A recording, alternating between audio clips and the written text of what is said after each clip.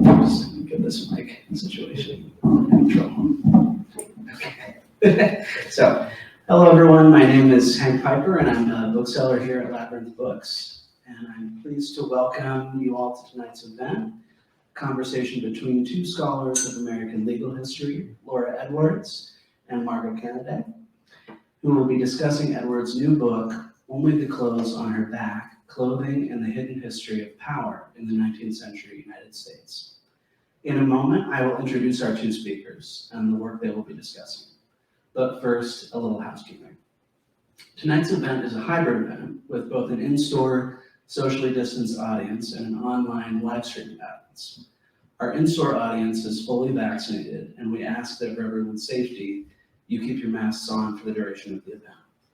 After tonight's guests have spoken, there will be time for a Q&A, and we will bring the mic to those who have a question so that everyone can hear you. If you are joining us online, you can submit a question for our speakers via the Ask a Question button, as well as buy a copy of the book via the Buy a Book button. If you enjoyed tonight's event, you can find future events under the Events tab of our website, labyrinthbooks.com, and sign up for email events updates there as well. Now let's turn to tonight's speakers. Laura Edwards is professor of history at Princeton University and the author of several acclaimed titles, including A Legal History of the Civil War and Reconstruction and The People and Their Peace, which was the winner of prizes from both the Southern Historical Association and the American Historical Association. Joining her to discuss her new book is Laura Edwards' colleague in the history department at Princeton, Professor Margot Canaday, an acclaimed scholar in her own right, the author of the multi-prize winning book, The Straight State, and most recently one of the editors of the anthology Intimate States. Both Professors Edwards and Canaday have contributed greatly to the work at the intersection of women's and gender history and the history of law, and I am sure that their shared concerns will make for a great conversation. Before they begin, I just want to say what a fascinating book we're here to talk about. Only the Clothes on Her Back ranges over the decades between the end of the Revolution and the Civil War, a time during which, as I'm sure we'll hear, many Americans, specifically married women, enslaved people, servants, and children lacked formal property rights.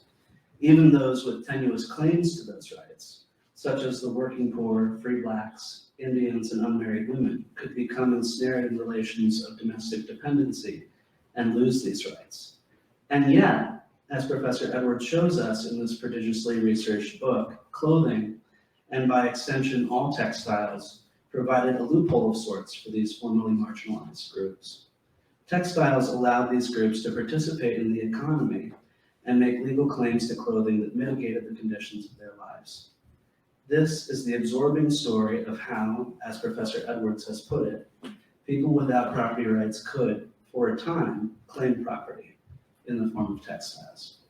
So let's turn now to Laura and Margot, from whom we have so much to learn.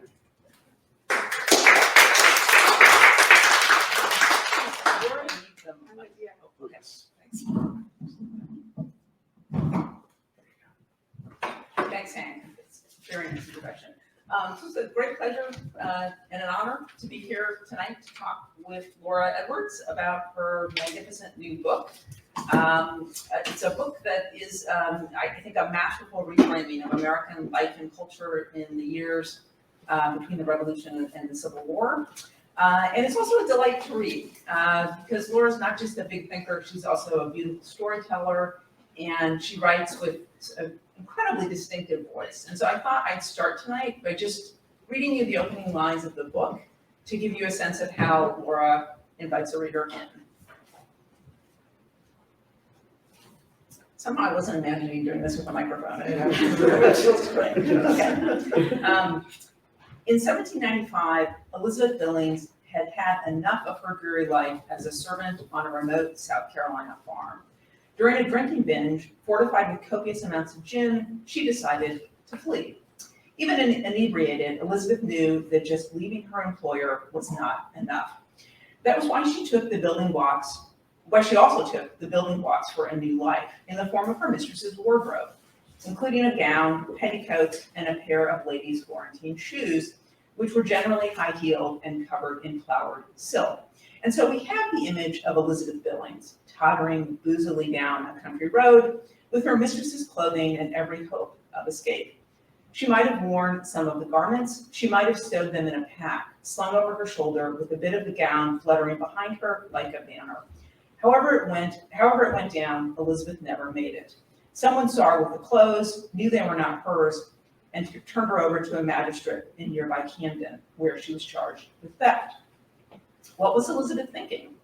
Actually, the problem with the plan lay in its execution, not in its conception. All that gin and those shoes. So we begin with this image of Elizabeth Billings tottering boozily down a country road. She didn't totter at a certain point, she fell over and was lying in a ditch. So Laura, what is this book about? So yeah, I liked Elizabeth Billings. Elizabeth Billings actually appears in another book too, and I grew to like her a lot. So she then was featured here. But she's taking her clothes, they're her mistress's clothes. And when I first ran across Elizabeth Billings in another book, I'm like, what was she doing? Why was she taking all these clothes? I don't understand. This makes no sense. Wouldn't she want, I don't know, what is she gonna do with all of that? And then slowly, as I was puzzling through Elizabeth Billings and other cases like this, it became very clear that people could keep their clothes. That, in fact, this made a lot of sense. It's like, please keep your shirt on. We want you to have that. We don't want it back. If somebody blows their nose in a handkerchief, you really don't want it back. So it's attached to people. And then people can make legal claims to that. And that seemed kind of obvious once I started thinking about it. But then as I started tracing this out, it was very clear that these were legal principles that attached to the clothes, to the textiles. And so I was struggling for a while thinking, well, this is about the legal status of people. And then I realized, oh, this is not about the legal status of people. This is about these legal principles that travel with these goods. And then people use those principles to keep their clothes, but then not just their clothes, but anything that sort of looks like clothes. So it's like any textile basically that they not only can wear, but passes through their hands. Then every kind of accessory relating to clothing they can keep. And the law actually recognizes this. And I was pretty stunned by that because there are other cases that I had, tripped across where, people keep their clothes and the law and textiles and legal officials will acknowledge that. And then it wasn't just in a few places, it's actually all up and down the East Coast. And so this became a bigger kind of thing. It's like, oh, this is about the legal system, not just a few people keeping their clothes. And this is actually about a whole body of law that I didn't really know existed, a whole series of practices that then underlay a lot of economic practices. So people not only keep their clothing, but they're keeping textiles, setting up businesses. They're producing textiles or trading textiles, and they're using textiles as the basis. They're currency. They're using them as the basis for collateral for loans. They're using them as capital.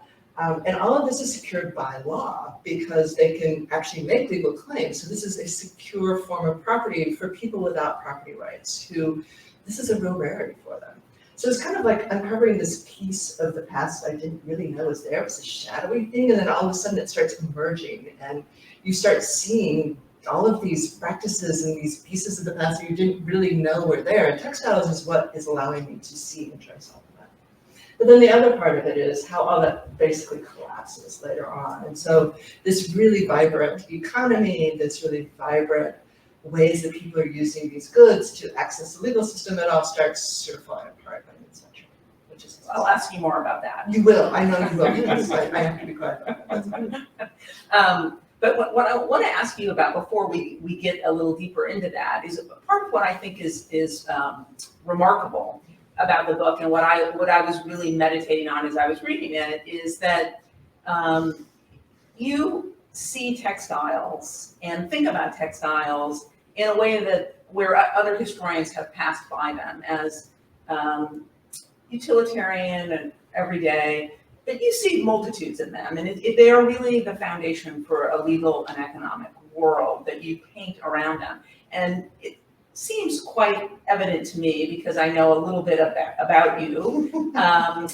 that this has something to do with your own personal relationship with textiles. And so before we go any further, I just wanted to ask you to share with the audience what that is and how that maybe has informed your work as a historian. Right. No, it's sort of, yes, I actually am very attached to textiles. I grew up learning how to sew. I used to sit across from my mother, and she sewed all my clothes, and then I would have my stuffed rabbit, and I would take the remnants, the little piece scraps that she had for making my clothes, and I would fashion them into little outfits for the rabbit. When I was 3, it wasn't very elaborate, and some of the armholes were kind of crooked because it's really hard to get them straight when you're 3 years old. And then I would make her a little hat with ears sticking up. And so my rabbit and I matched, and I was sewing, although it wasn't really sewing, of course. But then slowly over time, I developed skills, and I did all kinds of needlework, and it was the colors and the textures and all the patterns that just really fascinated me. And I would walk through, stores and just feel the fabric.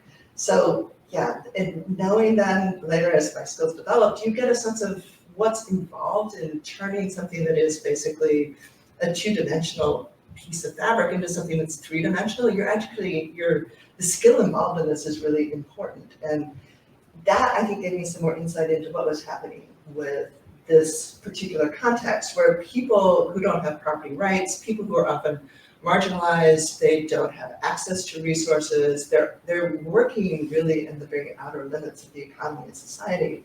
They still have these incredible skills, so they can actually turn their skills into, using this sort of legal framework, they can turn them into property and value. And I feel like we haven't really understood that, because we've just assumed that clothes are just consumer goods and the women make this stuff, and how much skill is involved in that? And yet, in fact, even women who are washing clothes, and Dirk, you had pointed this out, Dirk is in the audience there, you had pointed this out in reading a draft of an article. It's like, what about these washer women? I mean, yeah, they're actually creating value by washing the clothes, right? Because by washing the clothes, you're rehabilitating them. And so all of this is value, but more importantly, value that they can keep, right? So it's not value that goes to their husbands or their masters or their employers. This is actually value that they can keep. And that's a huge insight for me too. It's like, oh, wow, they can keep this. Well, it matters. I think it's, it's just a really interesting and important point, I think, about how that we don't think about enough, that some things about ourselves, our real lives now, can actually transfer in really important ways to our practices as historians. And one of the things that struck me as someone who does not sew, I did sew a sweatshirt in 8th grade. It was not very good, but that was my one foray. But in reading the book, it's understanding textiles in this period. It's like knowing a foreign language. It is so intricate. And in fact, this is just one passage. There were Norwich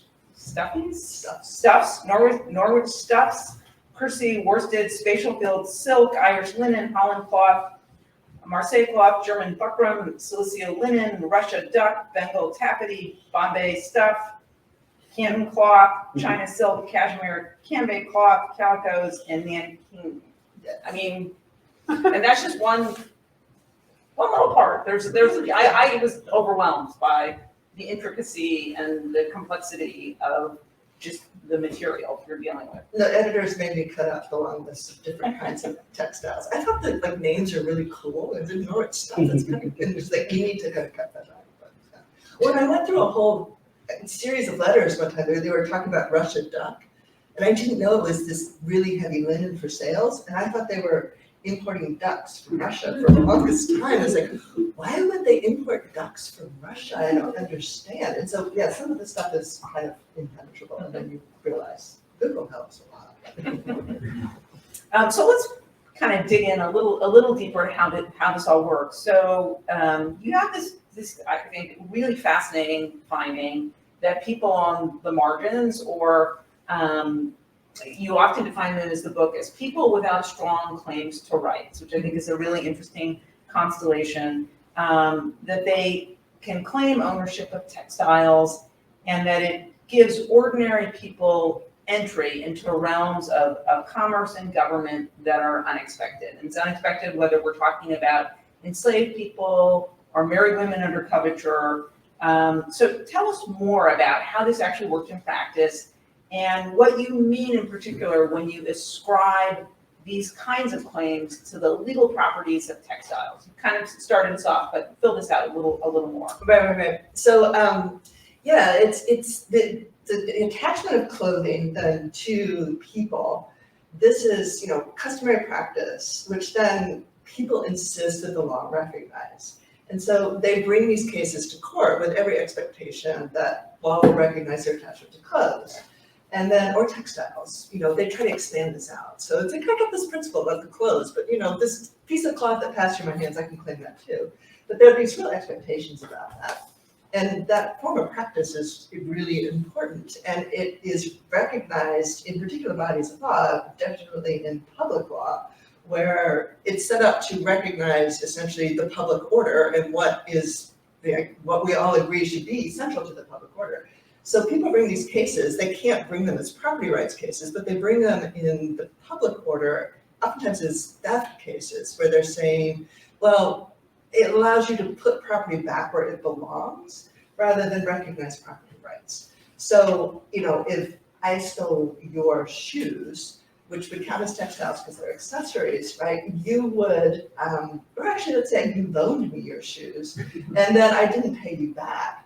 You would go march down to the magistrate and say, those shoes are mine, I want them back. And the magistrate would be like, oh gosh, but if you didn't have property rights, I can't do a loan case because you would have to have property rights to actually have a debt and a contract and all of this, and you can't do that. So the magistrate's like, what do we do? Okay, we'll shift this over into the area of public law with theft, and you'll say that, it's a theft case rather than a debt case.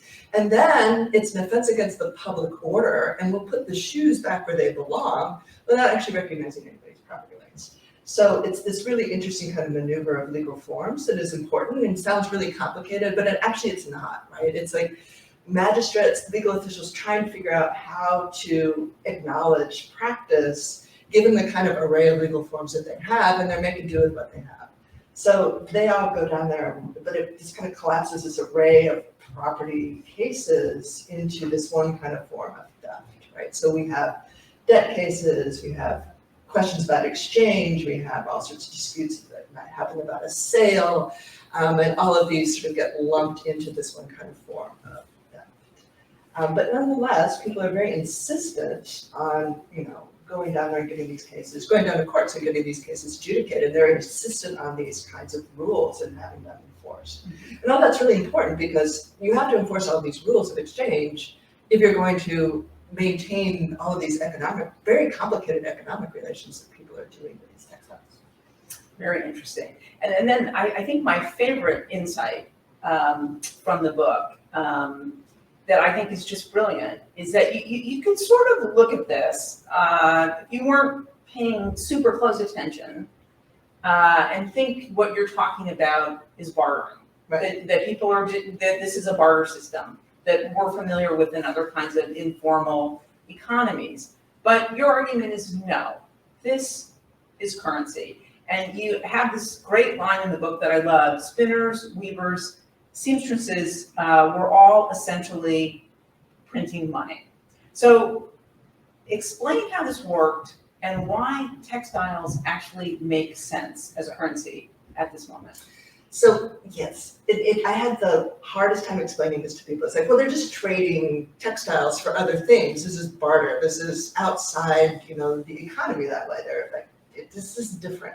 It's like, no, all of these textiles, well, first of all, you have to understand the place of textiles in culture. So when you're walking down the street, textiles, everybody's trading them. They're fairly widely available at this point. So, they used to be super expensive, but now they're falling in price. They hit this kind of sweet spot where any number of people, even poor people, can afford an array of different kinds of textiles.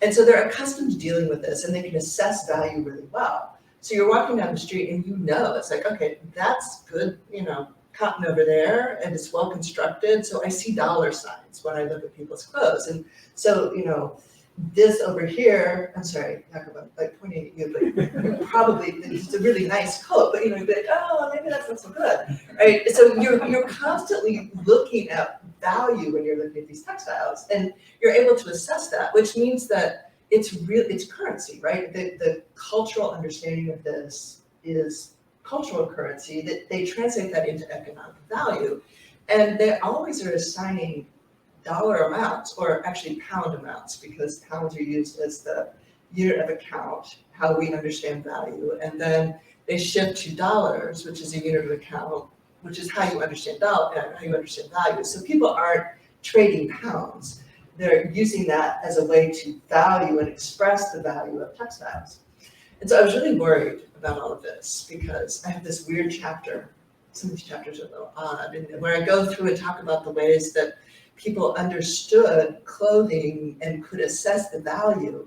And this is all about knowing different kinds of styles and colors and whatnot. So that then, though, is the basis for understanding how that can function as economic currency. And I had an economist read this, and he's like, this is barter. And then I read your chapter. I just couldn't see it as barter anymore, because this is liquid. There's, understanding about the value. There are different denominations, because you have a handkerchief, which is like, you can buy cheap things with that, and you have big lengths of cloth, you can buy expensive things with that, right? So you have, different divisions of this. This works totally as currency. I'm on board. Okay, there we go. And explain why, this is not a book where you could substitute something else in. This couldn't be tools, it couldn't be food, or any of the other things that were part of the daily life of ordinary people. You're really saying, this is distinctively about textiles. What is it about textiles that is so different, that makes it work as currency in this way? There are several answers to that question. Part of it is that there's just a wide range of textiles, and so there are these incredible sort of breakdowns of denominations, right? So they work really well, and they're very liquid, and they work really well to expect. You can buy small things and big things, and there's all of this sort of practical part of this. But there's also this really personal aspect of this too, which is that textiles are seen as part of a person. They're your second skin. And it really expresses who you are, and people are very committed to that in this period in a way that I think we don't quite understand today, where, we can take pride in, I'm just not dressing up, I don't really care about my appearance. And people then, even poor people, went to great lengths to have clean laundered clothes that were also well-fitting and well-tended, and it was seen to express your inner self. And so, and then you would add flourishes. It would sort of give a sense of who you are and who you're about. And it was that really personal connection that allows people oddly to be able to also alienate that. Is because you could connect it to a person that allowed that person then to alienate that property, to sell that property, to use it as other forms, as currency essentially. So it's weirdly that personal connection too that allows people to, get rid of it, in other words, to use it as currency and other things. Because without that kind of personal connection, you wouldn't have the legal claim, and without the legal claim, you couldn't use it as currency. I think that's a very subtle and interesting point. I love the aha moment that led you to this realization that textiles were currency, and I love it because it happened just a few blocks from where I live at the episode at the Walnut Street jail in Philadelphia. So tell us that story and how it helped you to see this. So these poor Quakers, they're very invested in their jail, right? And they really think that if you go to jail, you should be reformed. And part of reformation is dressing appropriately, because you can't reform your inner self if you're a mess on your outside. So you need to have appropriate clothing. So going to jail, the Quakers would then supply you with appropriate clothing. The problem was that all the prisoners would then use their appropriate clothing to buy liquor, which is not what the Quakers had in mind at all. So the Quakers are always meeting, and they say, what do we do about this problem? Where we issue the clothes, and then they go buy liquor. And they have this meeting several times, and it's unclear whether they actually resolve this or not. But one of their solutions is, we'll have the prisoners make their clothes, and at least then they will be doing uplifting labor, and they'll have a commitment, to their clothing, and maybe they'll keep it. I think the real way to resolve this was to make sure that you couldn't go directly from the jail to the tavern, and nobody seemed to quite get that piece of it. But they also, the new prisoners would come in with their new clothes, and the old prisoners would then strip them. And at first I was a little concerned. It's like, it's winter, it's cold, they're naked, this is terrible. But this is also sort of another realization here that naked does not mean no clothing, it means inappropriately clothed.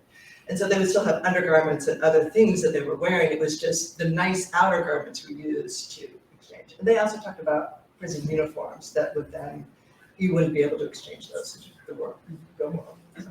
Fascinating. Let's talk a little bit about the temporal boundaries around this this world, this textile regime. So you date the story from around the Revolution into the 1830s and 40s, and then in the decades leading up to the Civil War, this world is starting to fade. It's an uneven transition. It doesn't happen all at one time, of course, but it is starting to recede. Certainly, it's completely foreign to us, so it becomes a lost world as part of what makes the book really fascinating. So what changes? How did textiles lose their power in the lives of the people without strong claims to rights? So this part, it's complicated and it's a little confusing, and I always note that when I try to answer this question, it's like, oh, I'm going to get this wrong because it took me so long to figure this out. So part of this, there's several pieces here, and part of it is that a lot of these different kinds of property disputes are adjudicated as theft, which makes somebody a criminal, right? So if you have a debt case and somebody gets the money back, but you don't become a criminal, it's like the debt case is resolved and then people go on with their lives. And by the 19th century, nobody's in prison for debt anymore. And people like go on and have incredibly productive economic lives when they're bankrupt and they have all kinds of debt suits against them. It's fine. But if you're adjudicating this as theft, somebody ends up as a criminal, which tends to cast this whole thing in this kind of netherworld of criminality. And actual criminals start like using this. So, you know, as textiles are also falling in value, people are stealing tons of this stuff and they're getting rid of it really quickly because they can, because the stuff is very liquid. And then they start claiming that, oh no, it was a loan. Oh no, I was gonna pawn this. Oh no, this is really not what it looks like. And so in the beginning of this period, you have all these property cases that are masquerading as theft. And then by the later period, you know, people are using theft or using property cases and claims to textiles as a way of masking actual theft. So you kind of get a sense of the way that this is collapsing. But then I was there, and then I had to add another chapter because I realized the other piece of this is that the legal enforcement goes away. And that's what's really crucial here as well. And that's a story which I never thought I'd be telling about the transformation of the legal profession too. So you have all these lawyers who are very invested in particular forms of law and particular ways of recording law. And so writing becomes more and more important.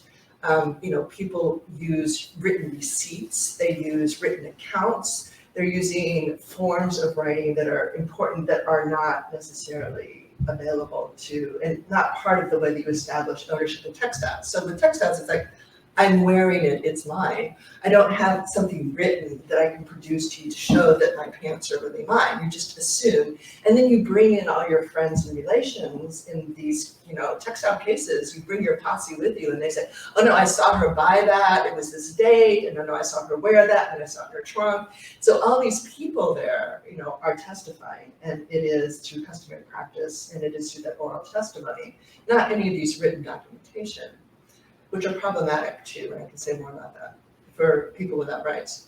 The lawyers are very insistent on these written forms, but also rights-based procedural aspects of law. So they're less interested in, I'm wearing the coat, and more interested in, well, was this actually first or second degree theft?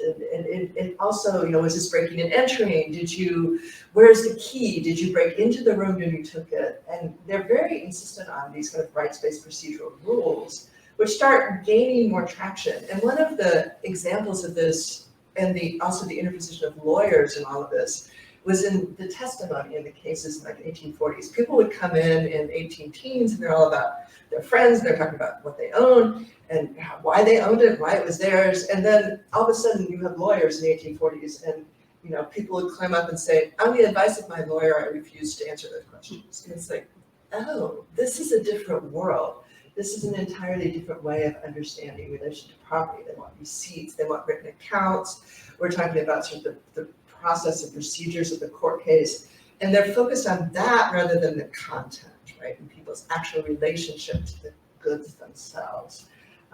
So that also plays a role in moving the kind of claims and the enforcement out of the legal system completely as it's replaced by other kinds of rules. Mm-hmm. And then help us think a little bit about how to think about this historically.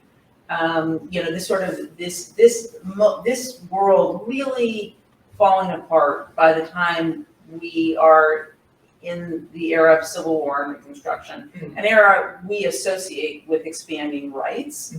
But you have a very different story to tell about how we should think about this moment for the people who've been the protagonists in your story. So fill that in. So yes, we think of Civil War and Reconstruction, you have the Reconstruction amendments, you have the expansion of rights. This is all good, right? Rights are actually a good thing because all of these textile claims are really rooted in place. So you have to bring in your friends and relations in order to claim the textiles. But it's not like you can do that outside of that context, right? So if you have a dry goods store, if you're a woman, a married woman in Virginia, some little town of Virginia, it's not like you have property rights outside that place. And property rights would allow that particular storekeeper to access credit, to move in the larger economic world. She's kind of stuck in place. So rights allow you to move across all of these jurisdictions in the country, which is really important and really useful. And it's really important for people who are, for instance, enslaved, because if you are enslaved in one place, in a free state, you're free. Rights, if you had them, would allow you to move across all those jurisdictions. It's about even more than just economic trade. So just want to go on the record saying I'm not anti-rights here. It's just that if you don't have rights, all of these other ways around them were really, really important. And it's really difficult for some people to claim rights. And women in particular, it's hard, married or unmarried, in fact, for them to claim rights. And it's really difficult for, free people of color to claim rights because of their close association with slavery. And it's difficult for women because of their close association with the restrictions of coverture, which limit the rights of wives. But if you just look at a woman, you can't tell if she's married or not. And so in that context, people sort of presume the worst case, which is, oh, if you're a woman, you probably either are married or you might be married or get married someday or whatever. And so we're just not going to go there. So for all those people, all of these other ways of owning property, of participating in the economy, of also making legal claims is really, really important. And so to have that go away, to elevate rights, but then have some people outside that rights-based framework is really difficult. And that's when you're putting people outside law. And that's also kind of a difficult, sadder story there. Right? And hence the title of the book is that by the end, people really do only have the clothes on their back. Where in the beginning, it's like, that's a good thing. And by the end, it's like, well, you just got a bunch of cloth and that's it. It turns into consumer good. Fascinating. You end the book with Mary Todd Lincoln, which is a great way to end the book. Tell us that story and why you decided to use her to close the story. I never thought I'd write about Mary Todd Lincoln either, but I was trying to figure out how to end the book, and then I ran across some reference to Mary Todd Lincoln after her husband was assassinated. She has all of these amazing clothes that she acquired through, I can't quite figure out how she managed to acquire this amount of property in clothing, but while she was First Lady, because she had to go to all these events and whatnot, and so she's constantly spending all of this money purchasing all this amazing wardrobe. And so she tries to sell it because her husband's estate is a mess. She has nothing to live on. She tries all of these ways to get people to support her. It doesn't work. She's a very dramatic person, actually. And so, she wails in the street and then she pouts at home and it doesn't work. So she tries to sell her clothes. This becomes this national scandal and it's like all over the country. one of the nice things about internet searches is you can go into like newspapers and then you type in Mary Todd Lincoln old clothes and boom, it was just like hundreds of articles from all over the country about what a terrible person she was for selling her clothes. Can you imagine that? I mean, that's almost like prostitution, right? I mean, to sell your clothes is like selling your body, and oh, this is terrible. This is bizarre because, there are whole streets with like secondhand used clothes that wealthy women sell and pawn stuff all the time in every sort of major, even minor city in America at this point. This is a well-known custom. It actually is really embedded in Europe as well with, aristocrats selling their clothes from the previous season and buying new goods. This is nothing new. Everybody knows about this.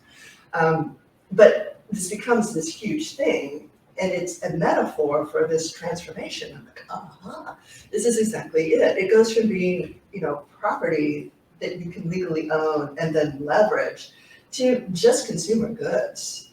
And they talk about her clothes as if women and everybody at this point, you buy a dress and then you just wear it and throw it away, which is really not the case, because even in the late 19th, early 20th centuries, people would, you keep your dress for years and then you redo all of the, trimmings, and you mend it and you turn it inside out. Everybody does this. It's not actually consumer goods at this point. But the whole narrative turns it into that as something that is also a little distasteful, that you're selling stuff that's on your body. And there's a lot of discussion too about that there's sweat stains on this stuff. I can't believe it. It's just a consumer good, and this world starts getting wiped away. And it was fascinating. The American culture undergraduate major in me came out with this. It's like, narrative matters, right? And this is a whole narrative about the transformation of clothing and what it means. And the really sad part is Elizabeth Keckley, who is the free Black woman who is basically the designer for Mary Todd Lincoln, who had this incredible business in DC, outfitting all of the wives of senators, representatives, diplomats, all the Washington wives she sewed for. And she was not a seamstress, she was a designer. So she designed the clothes, and then she had a whole fleet of seamstresses who actually did the work. But essentially her work is being held up for ridicule here. And she never worked after that either. And so it's also a metaphor for what happens to the deterioration of this value that is the labor of people like Elizabeth Keckley too, who's no longer going to be able to, leverage the value to print money, essentially. Mm-hmm. Okay, one last question before we open this up for the audience. But I want to take this opportunity to go behind the curtain and ask you a little bit about your process as a historian, because we all work so differently.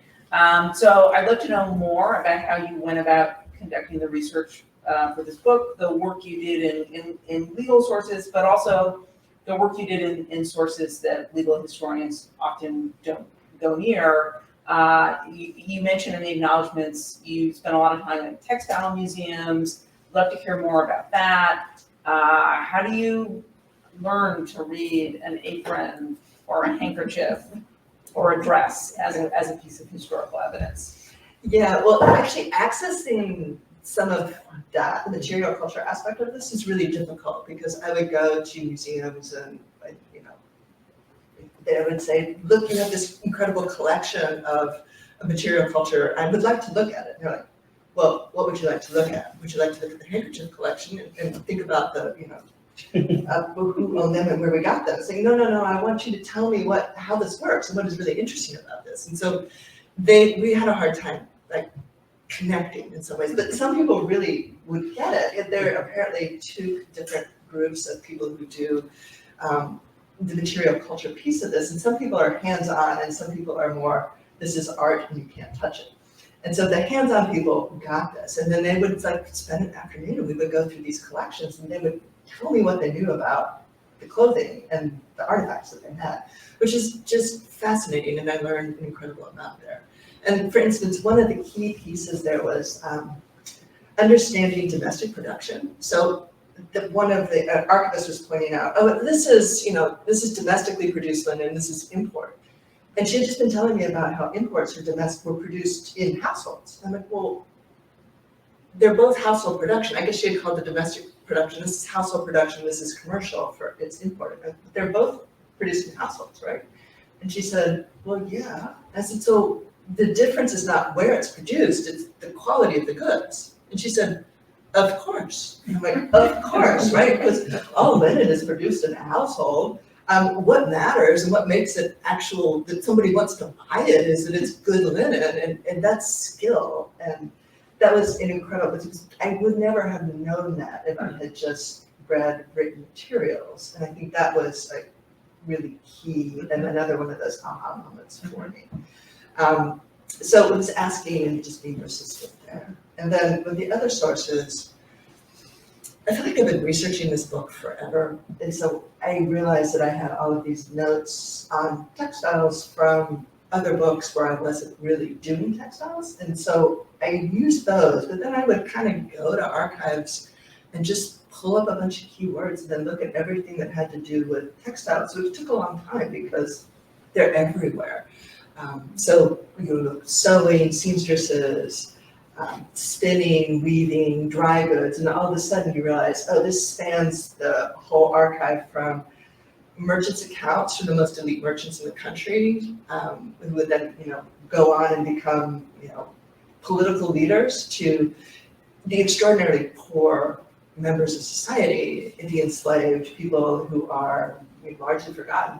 And that was also eye-opening, because if you just look at the goods, you all of a sudden see the array of people who are involved in this. And that, I think, was key in, again, it's the goods themselves that are making me see those connections. And so one of the other things that I feel like I didn't do as well in this book as I could have, because I came to the idea late, which is that it was in the sense that all of the people, the women in these books, in the book, which is why it's only because of her back, is that I'm using women as the representative legal figures rather than the elite men with property. But once you put them at the center, then actually the elite men with property start looking different too. So it isn't that they have a whole set of rules and all these other people have a different set of rules. It is that the legal forms are making them seem different, when in fact the men themselves, despite all their written records and all of their, you know, legal frame, they're still dealing with a similar kind of set of expectations about how you establish property, claims to property, which is actually through people who see them and who can testify and who understand this. And it's not all that different from what actually all these people are doing on the margins with textiles too. So that part I thought was also in the research. Great, thank you so much. So you want to take Yeah, over if the you don't show? mind sharing the mic, Sure. the two of you, then Yep. I will take this around with anybody. So wait for me to come to you so that folks online can also hear your question if you have a question. Right here. It's really great fun to hear the two of you discuss this book, which is way outside of my field. When I think of textiles and women, I think of Lowell, Massachusetts.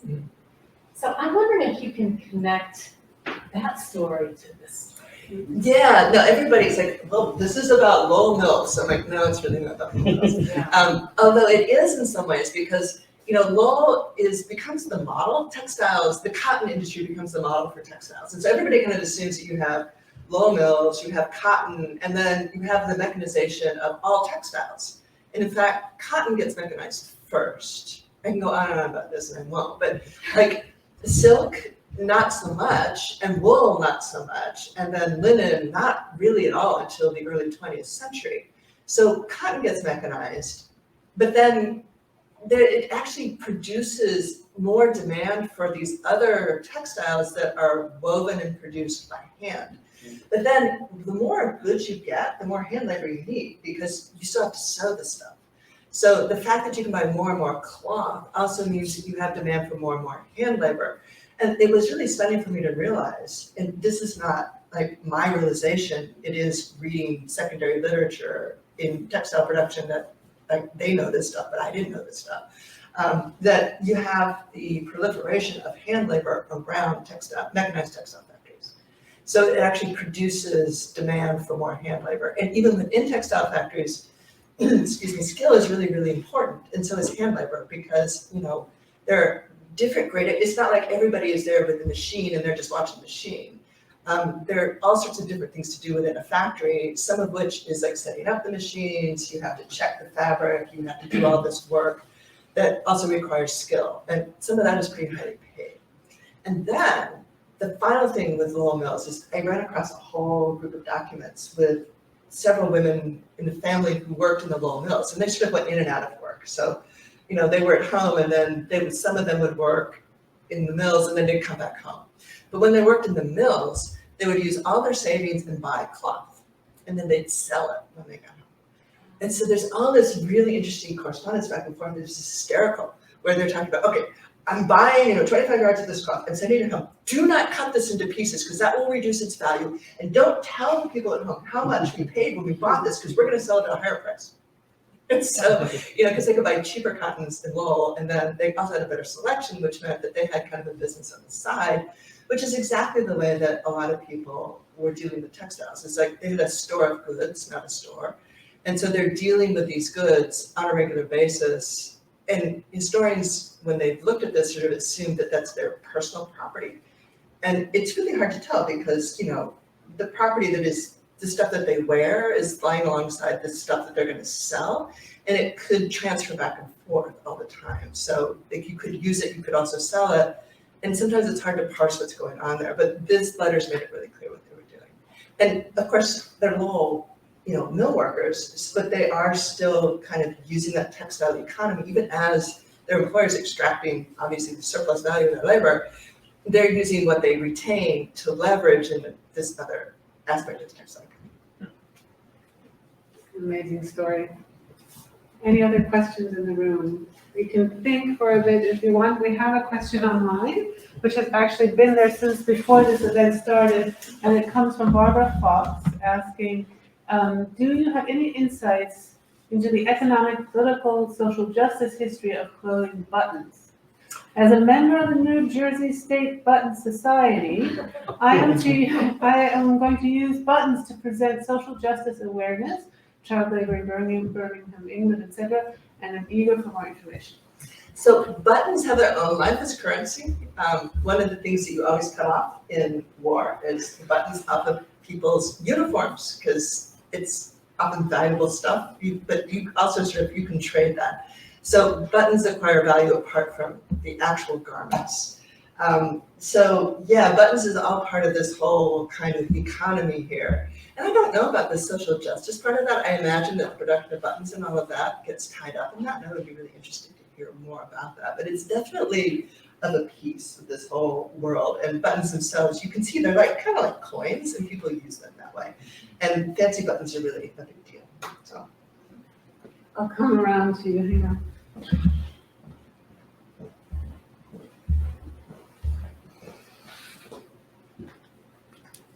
This is wonderful stuff, but there's an old Marxist and New Left story that you don't engage with, but I wonder if it's integrated. That is, it could be all, the old story would be DeSkilling, right? That there was, and that capitalists come in and march, but capitalists, all your people are capitalists, but the capitalist, the Marxist capitalist isn't in your story. So I wonder if you thought about the sort of how you would engage with, call it both the old left and the new left version of the transition to capitalism, which is all about the loss of skill. Right. No, and this is about the de-skilling, but I'm saying that de-skilling takes place in a much longer time frame, and people hold on to that skill for a much longer period of time. And I would engage some of the old leftists, or the new leftists, but I forget now which one I'm engaging, but the left historians there that you're referring to don't deal a lot with women's labor. They just sort of presume that, it's domestic labor because they're making clothes and weaving, whatever, dish towels. And then when they move into factories, it's de-skilled, but they're not understanding that a lot of the household production was commercial, right? And then a legal context that allows the people who are making that property to keep that value of that property kind of messes up that whole paradigm of household production and then wage labor and then the DeSkilling of wage labor. So this is a longer story of like DeSkilling, but it also is trying to elevate the skills of domestic, what we have sort of dismissed as domestic labor, but also its commercial value. And kind of the fuzziness of this too, because like I said, this labor could be like if you're making cloth, you can use it at home, you can sell it. So it could be both at the same time, but even if you just use it at home, you might be saving the value of that and because you don't have to purchase it. So I think there's a really complicated story there that is also about the ways we've missed the skill of women's labor in particular. Can you say a little bit about religion? Yeah, the Quakers, I got the Quakers in there. Yeah, you know, I don't say a lot about religion through the whole book, but all of this I see these sort of more generic, general religious concepts and ideas, especially with, like, people talk a lot about clothing in their inner soul, right? And so all of this is about expressing an inner sensibility, and it seems to have a lot to do as well with the Reformation, and especially ideas about individuals, which I think is very much key to like development of Protestantism in particular, right? So all of this with the idea that you are an individual, you express your soul and your outer sense of being through your clothing, all of this strikes me as very much like religiously grounded here, and it's about a transformation too of how we understand individuals. Although it's really fascinating to me because it still has a very material quality to it. So it's not just your individual character, it is also expressed in very concrete material ways. And sort of the permutation, the boundary between your inner and outer self is not particularly clear. And so your inner self is manifested in your outer being in ways that strikes me as kind of early modern, more in its sensibility than in a very modern kind of idea of an abstract individualized self that way. And then also what is so important about a lot of these textile claims is it involves community and a communal sense of a self.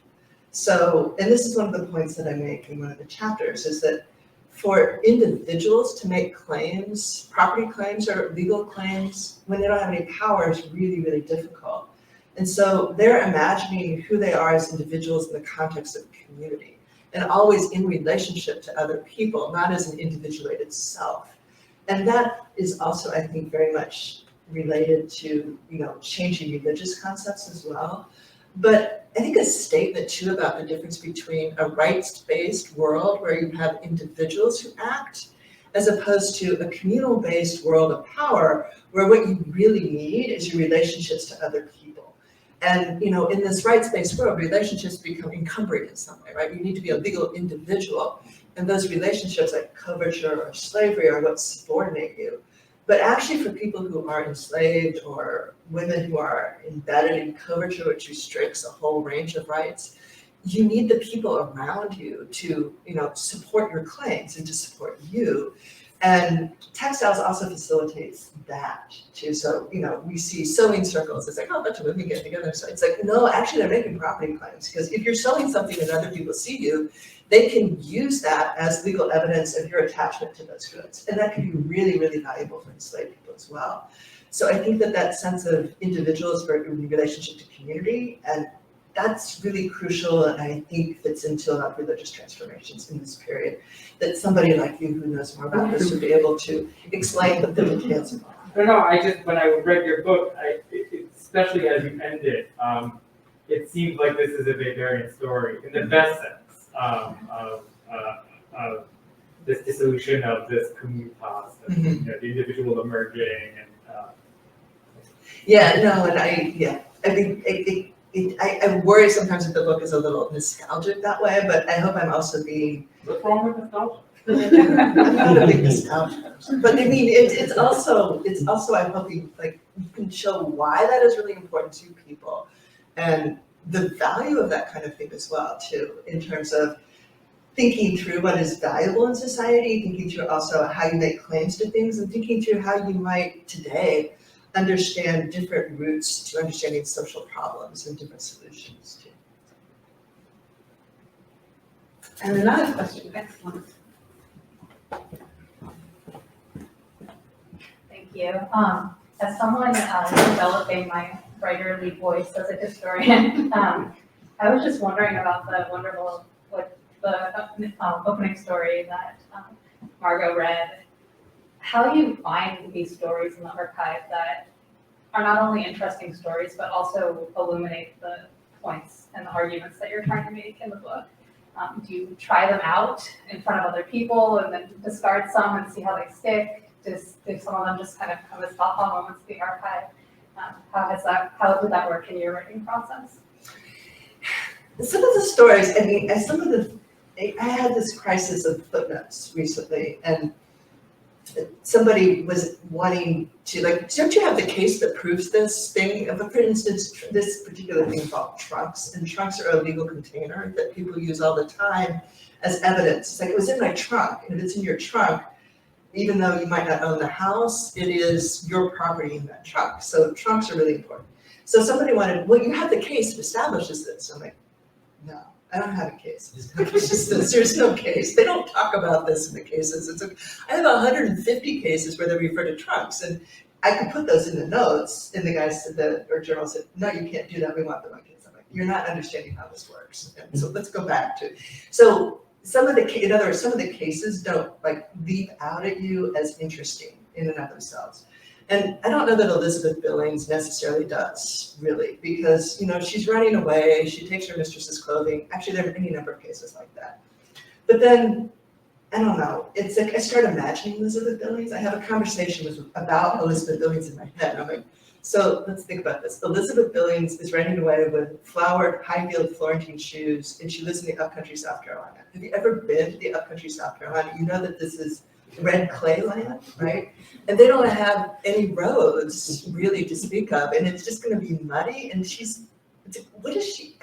So I imagine Elizabeth Billings in flowered high-heeled shoes in Nevada and South Carolina, and then I'm thinking, okay, where does Elizabeth Billings end up? She's like drinking all this gin, she takes all this stuff, she ends up in a ditch, and somebody says, those aren't your clothes. I'm like, okay, there are just elements of the story here that I think are interesting and amusing. But not only that, but revealing, right? So it is also making these people real. I feel like textiles really helped me think of that. It's like, all of a sudden they're wearing colorful shoes. There's another enslaved man in upcountry South Carolina who has striped velvet pantaloons. And it's like, well, now I understand him in a different light. He is an exploited, enslaved person, but in another piece of his life, he has striped velvet pantaloons, and that makes him different in my mind. So, I don't know, it's about filling them out as real people, and sometimes it takes me a while to get there. But I think that's what makes a good story is when you can see the people as fully fleshed out human beings. And at least for me, textiles help me do that, because it's about beauty, it's about the ways that people are trying to make meaning in their life. And so that was a way in for me to see these people as people.